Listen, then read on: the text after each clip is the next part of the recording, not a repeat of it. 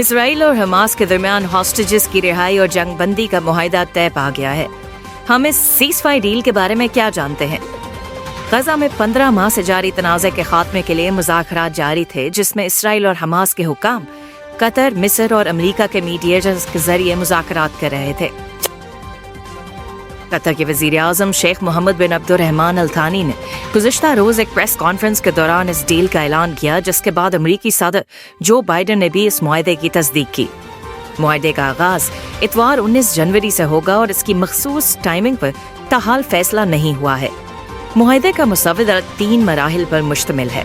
News agency Reuters سے بات کرتے ہوئے ایک فلسطینی آفیشل کے مطابق اس پیس ڈیل کا پہلا مرحلہ 42 دن یا 60 دن تک جاری رہنے والی جنگ بندی ہے۔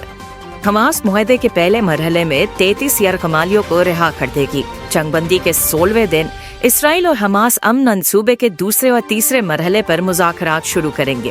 اسرائیل نے اعلان کیا ہے کہ شمالی غزہ سے بے گھر ہونے والے رہائشیوں کو جنوبی علاقے میں ہتھیاروں کی جانچ پڑتال کے بعد واپسی کی اجازت دی جائے گی۔ یاد رہے کہ غزہ کی تقریباً پوری 23 لاکھ آبادی اسرائیلی انخلاء کے احکامات، حملوں اور جنگ کی وجہ سے بے گھر ہو چکی ہے۔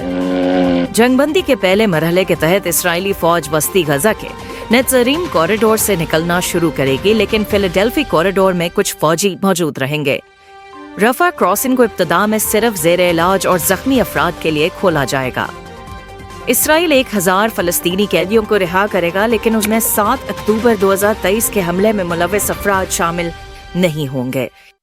سیز فائر ڈیل کے دوسرے مرحلے میں مزید ہاسٹیجز اور مارے جانے والوں کی لاشوں کو اسرائیل کے حوالے کیا جائے گا۔ اسرائیل نے کہا ہے کہ وہ تمام یرغمالیوں کی رہائی کے بعد ہی اپنے فوجیوں کو مکمل طور پر واپس بلائے گا۔ مبینہ طور پر اسرائیل غزہ کے مشرقی اور شمالی اطراف میں 800 میٹر چوڑے بفر زون برقرار رکھے گا، جو اسرائیل کی سرحد کے ساتھ ہے، اور غزہ پر سیکیورٹی کنٹرول برقرار رکھے گا۔ تاہم حماس یا فلسطینی اتھارٹی کو کنٹرول دینے سے انکار کیا گیا ہے۔ امریکہ اور متحدہ عرب امارات کے ساتھ ایک عبوری انتظامیہ کا منصوبہ زیر غور ہے۔ معاہدے کا تیسرا فیز غزہ کی تعمیر نو ہے، جو کئی سالوں تک جاری رہ سکتی ہے، کیونکہ جنگ کے دوران غزہ کا بڑا حصہ ملبے کا ڈھیر بن چکا ہے۔ اسرائیل اور حماس کے درمیان جنگ بندی کے دوسرے اور تیسرے مرحلے پر کوئی معاہدہ نہیں ہوا ہے۔ قیدیوں کی رہائی، سرحدی بفر زون اور اسرائیلی افواج کی واپسی جیسے معاملات پر تاحال مکمل اتفاق نہیں ہو سکا ہے۔